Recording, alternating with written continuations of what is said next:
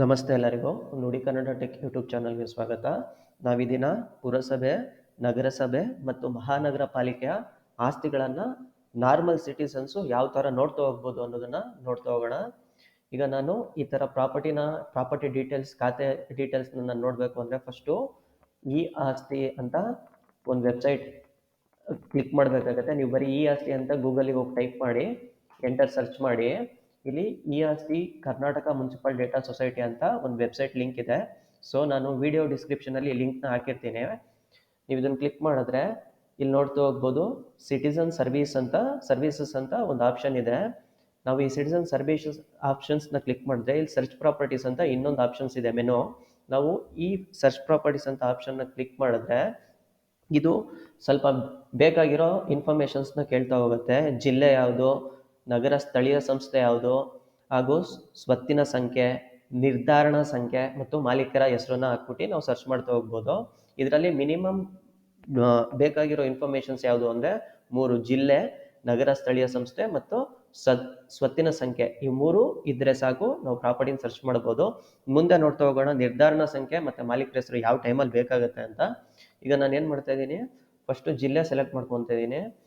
ಜಿಲ್ಲೆ ಸೆಲೆಕ್ಟ್ ಮಾಡಿಕೊಂಡು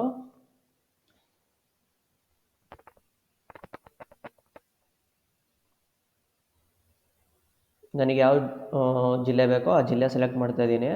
ಅಂದರೆ ನಾನು ಸರ್ಚ್ ಮಾಡಬೇಕಾಗಿರೋ ಪ್ರಾಪರ್ಟಿದು. ಆಮೇಲೆ ನಗರ ಸ್ಥಳೀಯ ಸಂಸ್ಥೆ ಯಾವುದು ಅಂತ ಅದನ್ನು ಸೆಲೆಕ್ಟ್ ಮಾಡ್ತಾ ಇದ್ದೀನಿ.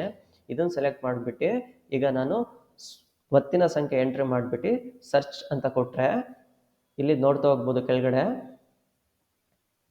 ಆ ಆಸ್ತಿಯ ಸಂಖ್ಯೆಗಿರುವ ಪ್ರಾಪರ್ಟೀಸ್ನ ನೋಡ್ತಾ ಹೋಗ್ಬೋದು. ಇಲ್ಲಿ ಖಾತೆ 40ಯಲ್ಲಿ ಒಬ್ಬರು ಬೇರೆ ಓನರ್ ಇದ್ದಾರೆ, 40A ಬೇರೆ ಓನರ್ ಇದ್ದಾರೆ. ಸೊ ನಾವು ಸ್ಪೆಸಿಫಿಕ್ ಪ್ರಾಪರ್ಟಿನ ಸರ್ಚ್ ಮಾಡಬೇಕು ಅಂದರೆ ನಿರ್ಧಾರಣಾ ಸಂಖ್ಯೆ ಅಂತ ಇರುತ್ತೆ. ನಾವು ಆ ನಿರ್ಧಾರಣಾ ಸಂಖ್ಯೆ ಹಾಕಿದಾಗ ಇಲ್ಲಿ ಸ್ಪೆಸಿಫಿಕ್ ಆಗಿ ಸರ್ಚ್ ಆಗ್ತಾ ಹೋಗುತ್ತೆ ಪ್ರಾಪರ್ಟಿ ಯಾರು ಅಂತ. ಅದೇ ಥರ ಮಾಲೀಕರ ಹೆಸರನ್ನು ಹಾಕ್ಬಿಟ್ಟು ಸರ್ಚ್ ಮಾಡ್ತಾ ಹೋಗ್ಬೋದು.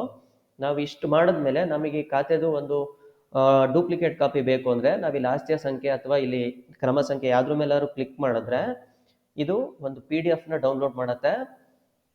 ನೀವಿಲ್ಲಿ ನೋಡ್ತಾ ಹೋಗ್ಬೋದು, ಇಲ್ಲಿ ಡೌನ್ಲೋಡ್ ಮಾಡ್ಕೊಬೋದು. ನೀವು ಬೇಕಾದ್ರೆ PDF ಇದು ನಿಮಗೆ ಬೇಕು ಕಂಪ್ಯೂಟರಲ್ಲೇ ಅಂತ ನೀವಿಲ್ಲಿ ಡೌನ್ಲೋಡ್ ಮಾಡಿ ಸೇವ್ ಅಂತ ಕೊಟ್ಟರೆ ಇದು PDF ಡೌನ್ಲೋಡ್ ಆಗುತ್ತೆ. ಈ PDF ನೋಡ್ತಾ ಹೋಗ್ಬೋದು ಕಟ್ಟಡ ಅಧಿಕೃತನ, ಆಸ್ತಿಯ ವರ್ಗೀಕರಣ, ಕಟ್ಟಡ ಅಧಿಕೃತನ, ಅನಧಿಕೃತನ, ಹಾಗೆ